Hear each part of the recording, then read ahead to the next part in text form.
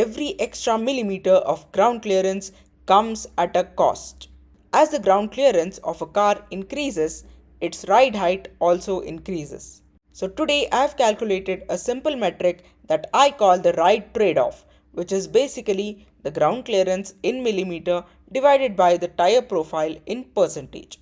As the ground clearance of a car decreases and as the tire profile increases, the ride gets more comfortable.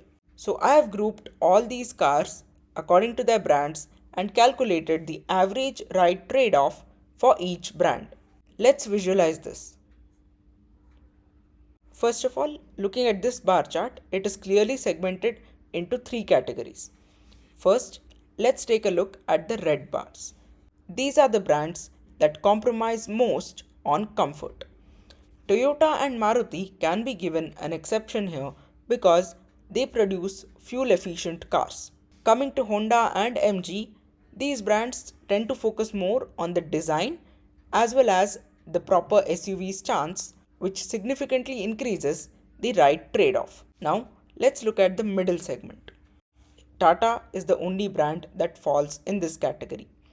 They offer you the stance of a SUV without compromising too much on the interior comfort. Finally, let's look at the green category. Hyundai, Kia, Volkswagen, and Skoda fall in this category. This is because the Koreans and Germans focus primarily on the comfort of their passenger rather than design or fuel efficiency. This is why they win in this category.